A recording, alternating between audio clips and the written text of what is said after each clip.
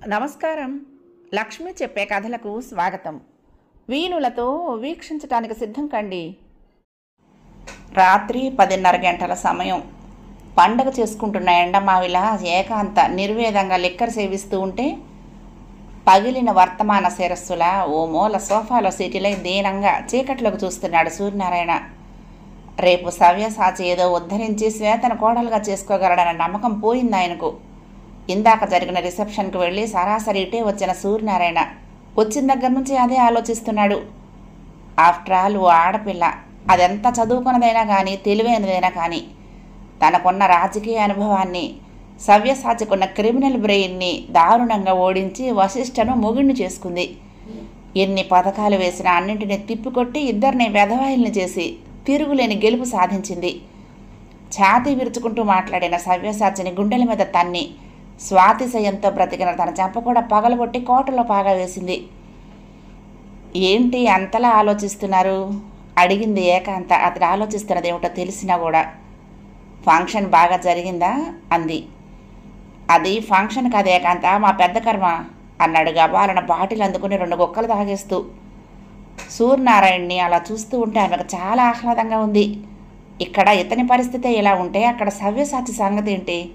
ప్రతి నిమిషము ఆశ్రిత అతడి కళ్ళ ముందు తిరుగుతూ ఉంటుందిగా. అయినా ఇంత జరగాక రిసెప్షన్ ఏర్పాటు ఎందుకు చేసినట్టు అడిగింది. సవ్యసాచి రాజీ పడిపోయాడా అంది. లేదు ఏకాంత, అది రాజీ పట్టం కాదు, ఆశ్రితను అందరి ముందు అంగీకరిస్తున్నట్లు భ్రాంతి కలిగించటం ఉక్రోషంగా అన్నాడు. ఏకాంత భ్రుకుటి ముడిపడింది. కలిగించి ఏం చేద్దామని ఏదో చెప్పబోయి అదేమిటో తోచనట్లు ఆగిపోయాడు.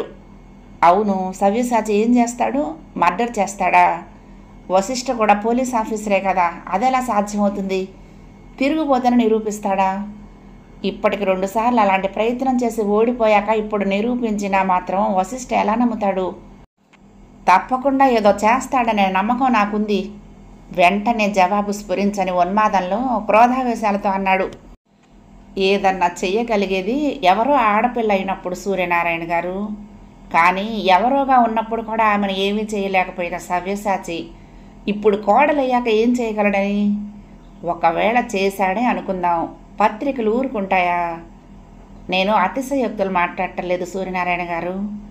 నిన్న మొన్నటిదాకా సవ్యసాచి మీద, మీ మీద పత్రికల ద్వారా యుద్ధం ప్రకటించిన ఆడపిల్ల ఇప్పుడు ఆ ఇంటి కోడలైంది. అలాంటి అమ్మాయికి ఏదైనా జరిగితే పత్రికలు, ప్రజలు భూతద్దంలో నుంచి చూడరు. ఆశ్రితది సహజ మరణమైనా కానీ మీ ఇద్దరిని అనుమానించకుండా ఉండరు. బాడలికగా నవ్వింది ఏకాంత. సూర్యనారాయణ తన పరిమితిని దాటి తాగుతున్నాడు. ఏకాంతకు ఎంత ఆనందంగా ఉందని భళ్ళున పగిలిన చప్పుడు వినిపించి ఆలోచనల నుంచి తేరుకుంది ఏకాంత. మొత్తం తాగేసిన అతను బాటిల్ నేలకేసి కొట్టాడు. ఏమైంది అని అడగలేదామే. ఇప్పుడు తాను చేయాల్సింది ఓదార్పు తాతడిని బొజ్జగించడం కాదు, మరింత ఆందోళన పరిచి ఆలోచన శక్తిని హరించేయాలి. చూస్తూ ఉంటే ఆశ్రిత సామాన్యురాల్లా అనిపించడం లేదు సూర్యనారాయణ గారు. చాలా పెద్ద పథకంతోనే ఆ ఇంట అడుగుపెట్టినట్టుగా ఉందామె. ప్రతి పదము సూర్యనారాయణ గుండెలకు తాకేలా ప్రయోగిస్తూ చెప్పింది. నా అంచనా తప్పు కాకపోతే ఆశ్రిత వశిష్ఠకు భార్య అయింది అతడి మీద ప్రేమతో కాదు, మీ మీద పగతో. అందుకే ఓ తిరుగులేని రక్షణ కోసం ఆ ఇంటి కోడలైంది. ఇక మీ ఇద్దరిని విడిచిపెట్టదు. అది నన్నేం చేస్తుంది? ఆఫ్టర్ ఆల్ జీవించటమే లక్ష్యం అనుకున్న వాళ్ళతో ప్రమాదం లేదు సూర్యనారాయణ గారు.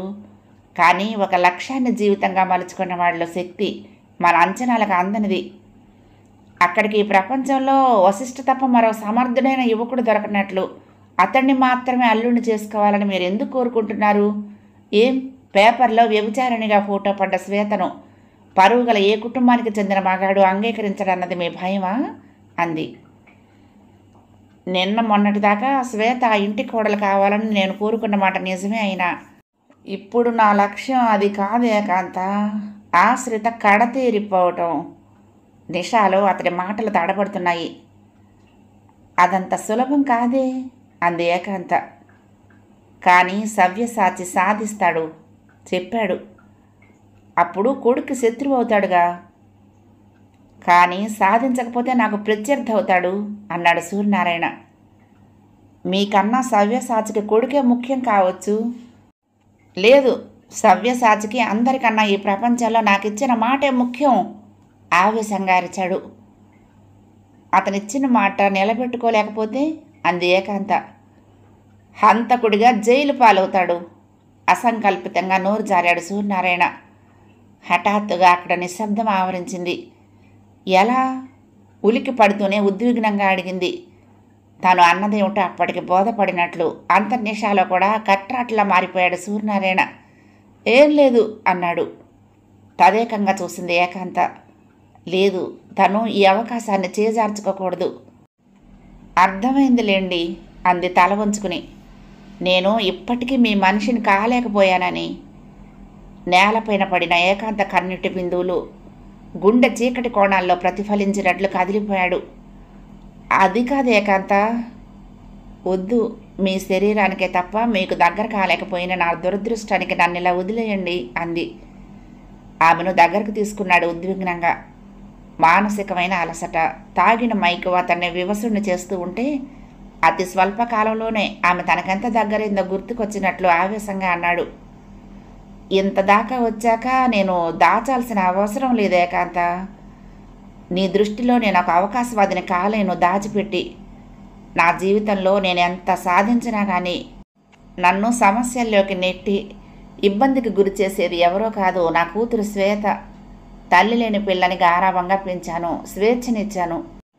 కానీ ఆ స్వేచ్ఛను శ్వేత దుర్వినియోగం చేసుకుంటుందని ముందుగా తెలుసుకోలేకపోయాను. నిన్నగాక మొన్న ఆత్మహత్యతో చనిపోయిన రాజేష్ నిజానికి శ్వేత వెంట పడలేదు ఏకాంత. శ్వేతే రాజేష్ వెంట పడింది.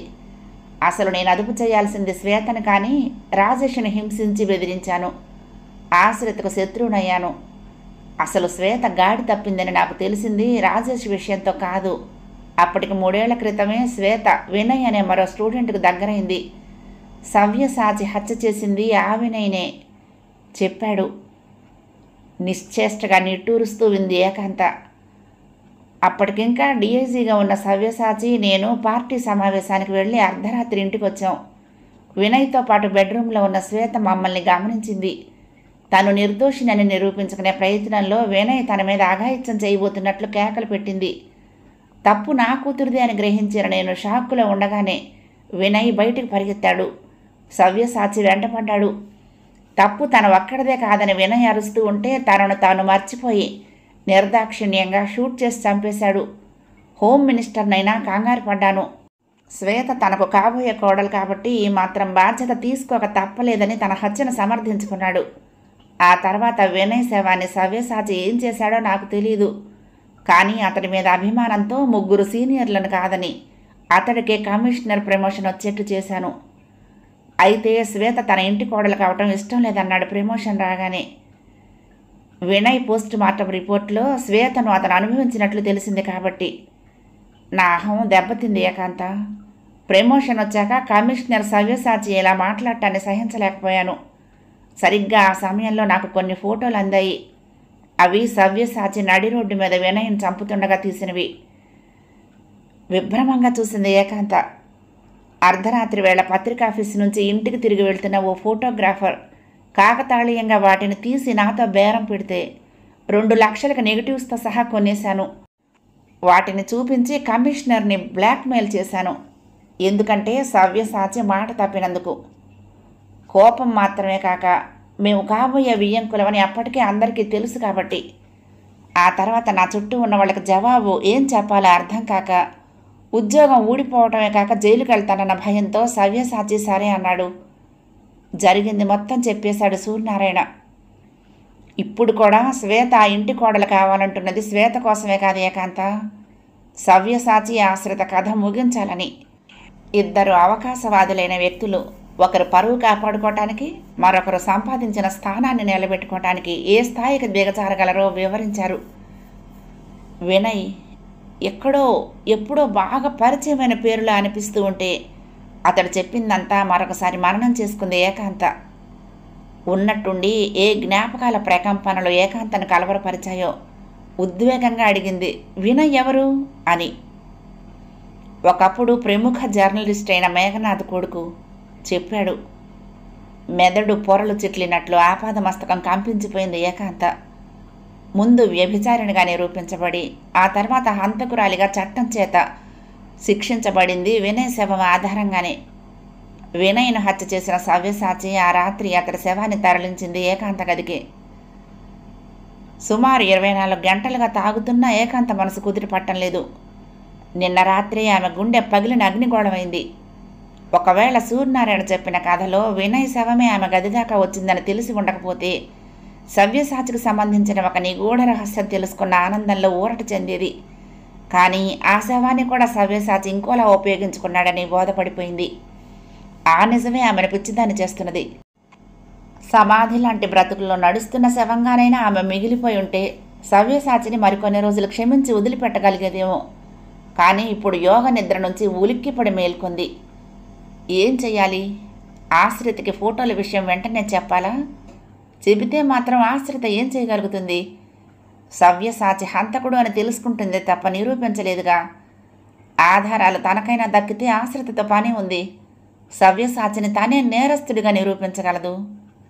కానీ తనను ఎంత నమ్మినా కానీ సూర్యనారాయణ తనకెలా వాటిని అందిస్తాడు? వినయ్ శవం ఆధారంగా జైలుకి వెళ్ళింది కానీ వశిష్ఠ ప్రేమలో తల మునకలయ్యింది తానే అని తెలిస్తే సూర్యనారాయణ తనను శంకించకుండా వదిలిపెడతాడా?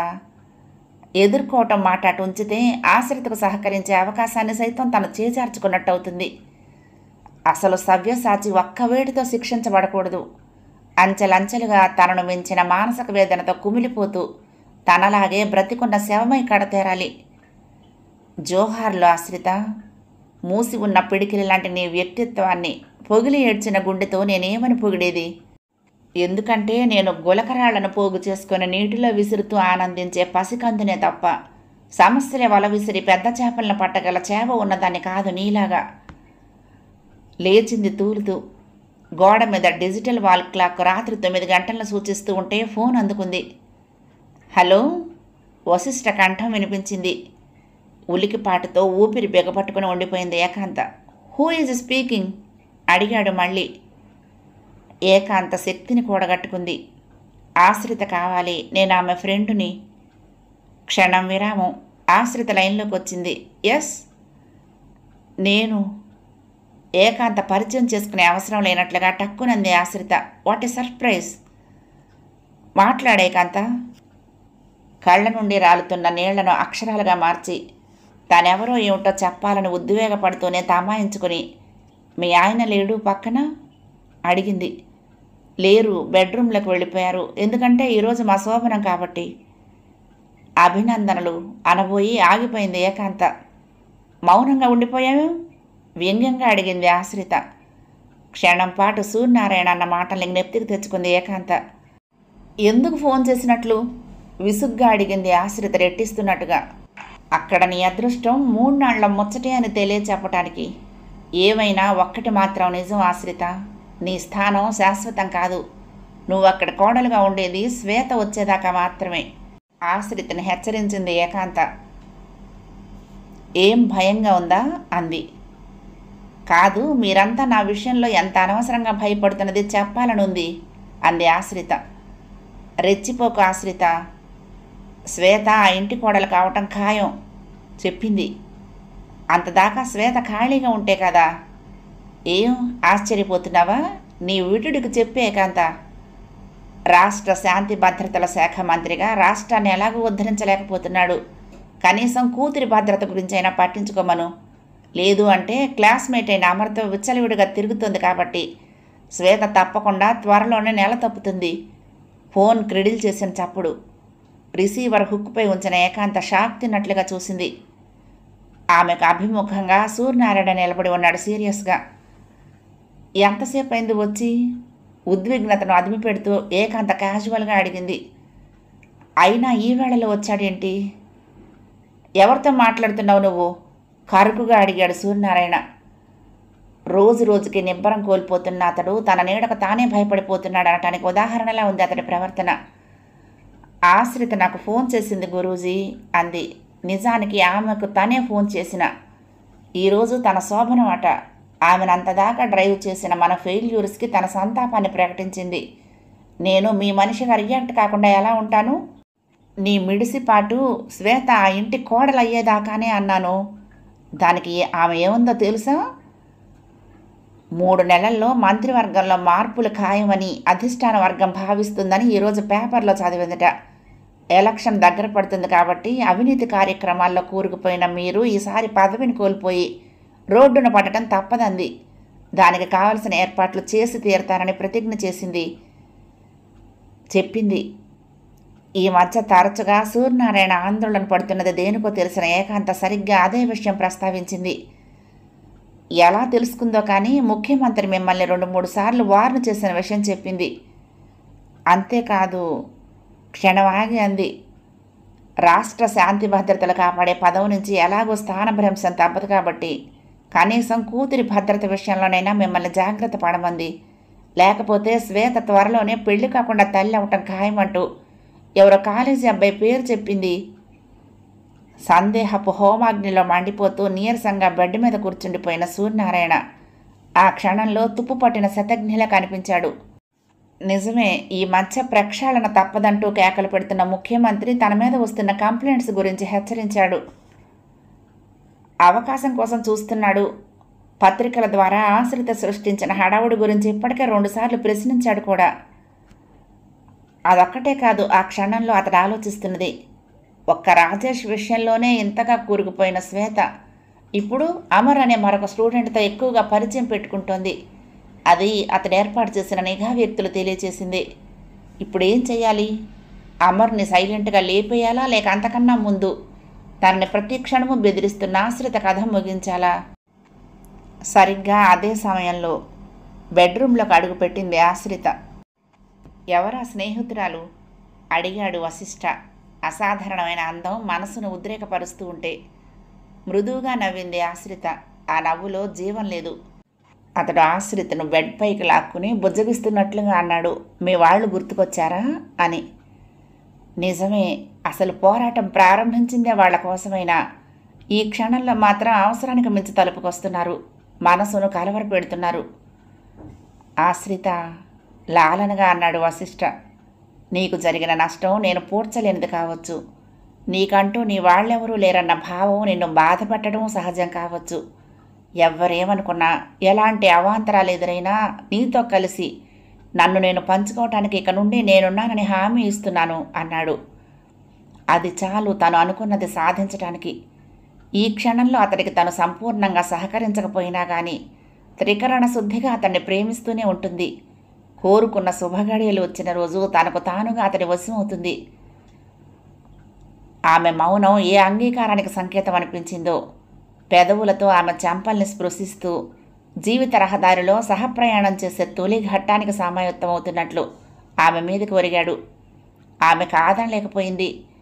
అవునంటూ సుముఖంగా అంగీకరించలేక మదన పడుతూనే ఆర్తిగా చుట్టుకుపోవాలన్న ఆర్తి నుంచి తమాయించుకుంటోంది. సరిగ్గా అప్పుడు ఉలికిపాటుగా పైకి లేచింది. వెనువెంటనే అతడి పట్టు సడలించుకొని బెడ్ మీద నుంచి కిందికి దిగింది.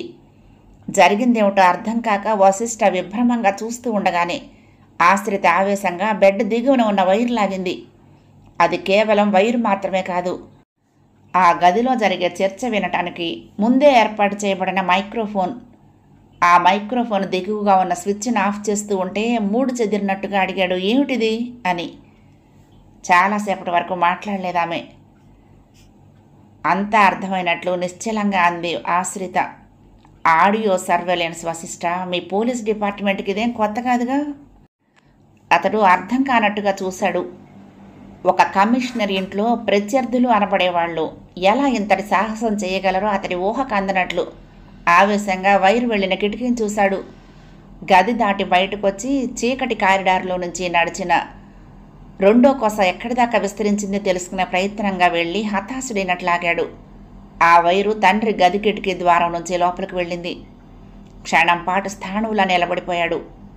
అప్పటికే తండ్రి తల్లి ఉండే గది బెడ్రూమ్ లోపల బోల్టు వేసి ఉండటంతో తలుపు తట్టాలా వద్దా అన్న సందిగ్ధంలో ఆలోచిస్తూ ఉండగానే వచ్చింది ఆశ్రిత. ప్లీజ్, వశిష్ఠను బలవంతంగా బెడ్రూమ్లోకి లాక్కుపోయింది. నా మూలంగా మీ తండ్రి కొడుకుల మధ్య స్పర్ధలు రావటాన్ని నేను ఇష్టపడను అంది. 2 నిమిషాలు నిశ్శబ్దంగా ఉండిపోయాడు. జరిగింది మరణం చేసుకుంటూ ఉంటే అతడు ప్రశాంతంగా ఉండలేకపోతున్నాడు.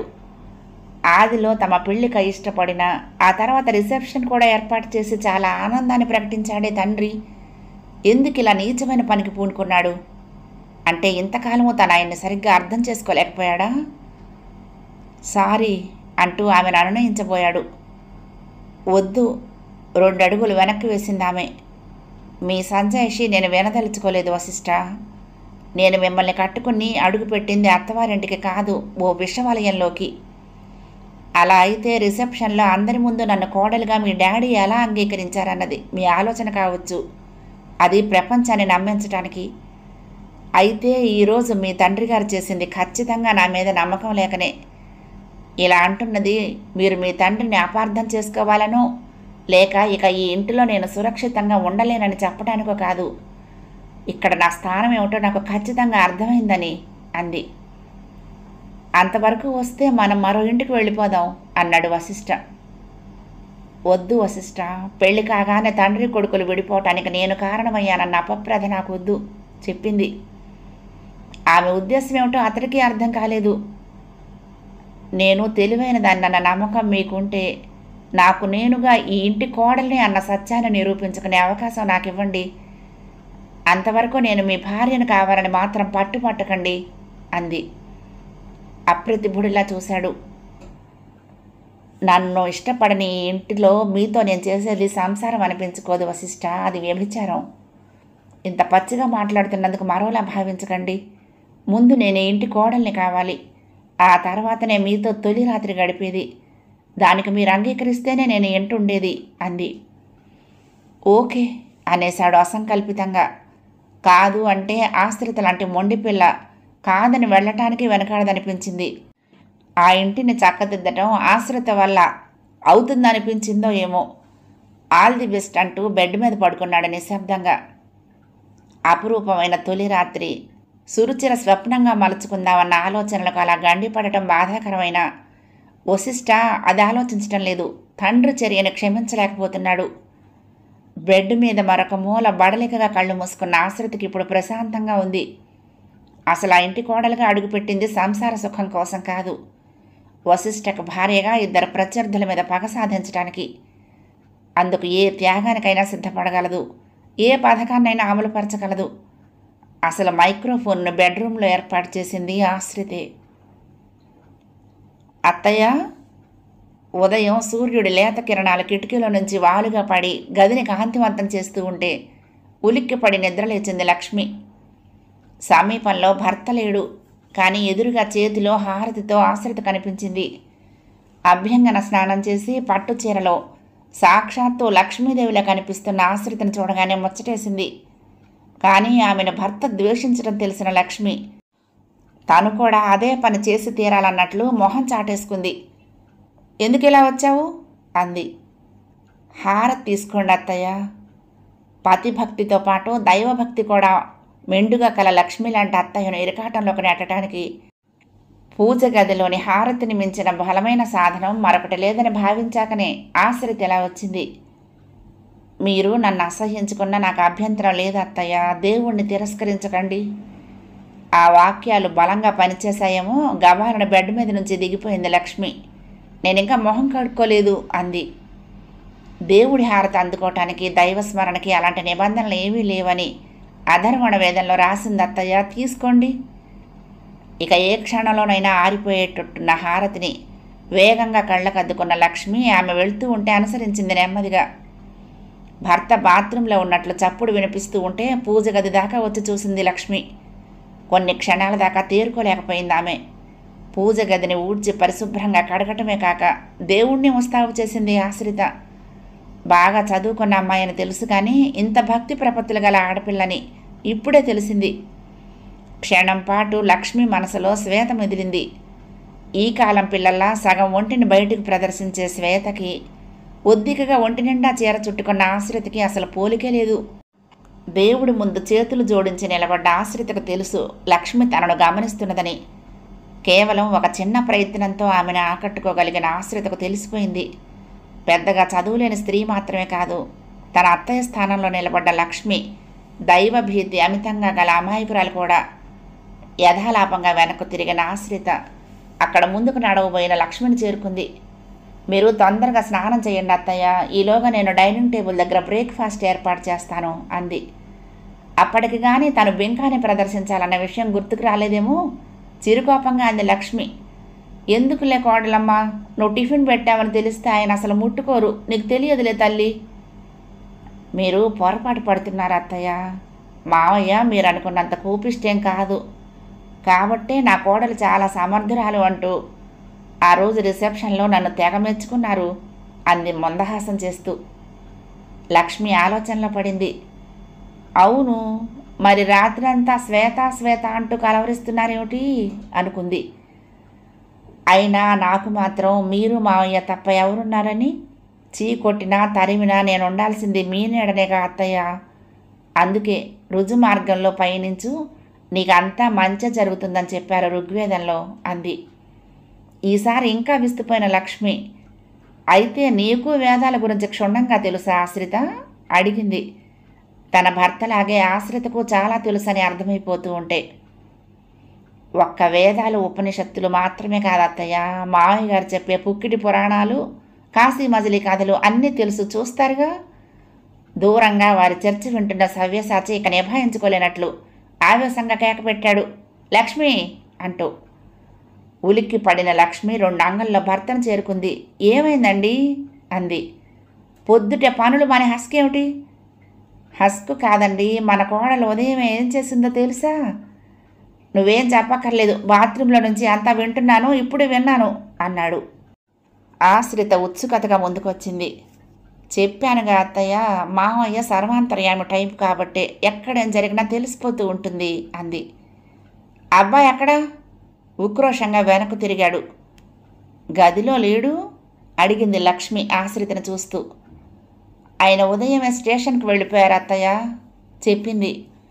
ప్రతి ఉదయం భర్తకి కొడుక్కి టిఫిన్ తన చేతులతో పెట్టాక కానీ వెళ్ళరు. లక్ష్మి నిశ్చేష్టతగా చూసింది. కొంప మునిగే పనుంటే తప్ప వాడు నాతో చెప్పకుండా వెళ్ళడమ్మా, ఇప్పుడే ముంచుకొచ్చిందని పరిగెత్తాడు. తన రోషాన్ని కక్కటానికి అంతకన్నా మంచి అదను రాదన్నట్టుగా అన్నాడు సవ్యసాచి. ఏం ముంచుకొచ్చిందో తెలుసుగా, ఈ ఇంటికి ఏదో ముసలం దాపురించింది. నిజమా మావయ్య అంది ఆశ్రిత అమాయకత్వాన్ని అభినయిస్తూ. అత్తయ్యకు అర్థమైనట్లు లేదు మావయ్య, కాస్త వివరంగా సెలవివ్వండి. ఆమె వ్యంగ్యం అతన్ని చాలా అశాంతికి గురిచేసింది. కానీ తమాయించుకున్నాడు. భార్యను చూస్తూ, పొద్దుటే దరిద్రాన్ని వెంటేసుకొని తిరగటం కాదు, వెళ్ళి బ్రేక్ఫాస్ట్ తగలి అన్నాడు ఊగిపోతూ. భర్త కోపానికి ఖచ్చితమైన అర్థం తెలియని లక్ష్మి ఆపసపాలు పడుతూ వంటగది వైపు పరిగెత్తింది. ఆశ్రిత ముందు నుంచి సవ్యసాచి వెళ్ళేవాడే. మావయ్య అని పిలవడమే కాదు, నిబ్బరంగా అతన్ని సమీపించింది. మీరిలా రంకెలు వేస్తూ పోతే ఈ ఇంటికి కాపలాగా ఉన్న పోలీసు సిబ్బంది మీకు పిచ్చి పట్టిందనుకునే ప్రమాదం ఉంది మావయ్య రహస్యంలా అంది. సవ్యసాచి నేత్రాల్లో ఎరుపు జీరలు చోటు చేసుకున్నాయి. కొండని ఢీ కొట్టడానికి ప్రయత్నించుకు అన్నాడు. నేను కొండని ఢీ కొట్టడం లేదు సవ్యసాచి, కొండపైకి ఎక్కి కూర్చున్నాను నవ్వేసింది మామూలుగా. అంటే త్వరలోనే లోయలోకి జారుతావన్నమాట. మీ అబ్బాయి అండ ఉండగా జారే సమస్య లేదు అంది. వాడికి నేను తండ్రిని ఆశ్రిత, కానీ గుణంలో వశిష్ఠ మీకు కొడుకు మాత్రం కాదు.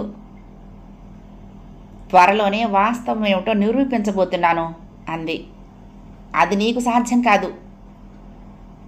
అలా అనుకునేనా ఇంకా శ్వేతను కోడలుగా చేసుకోవాలని ఆరాటపడుతున్నట్టున్నావు? సవ్యసాచి ముఖం వివర్ణమైంది. పిల్లకాకి రాబందుతో ఛాలెంజ్ చేయకూడదు ఆశ్రిత అన్నాడు.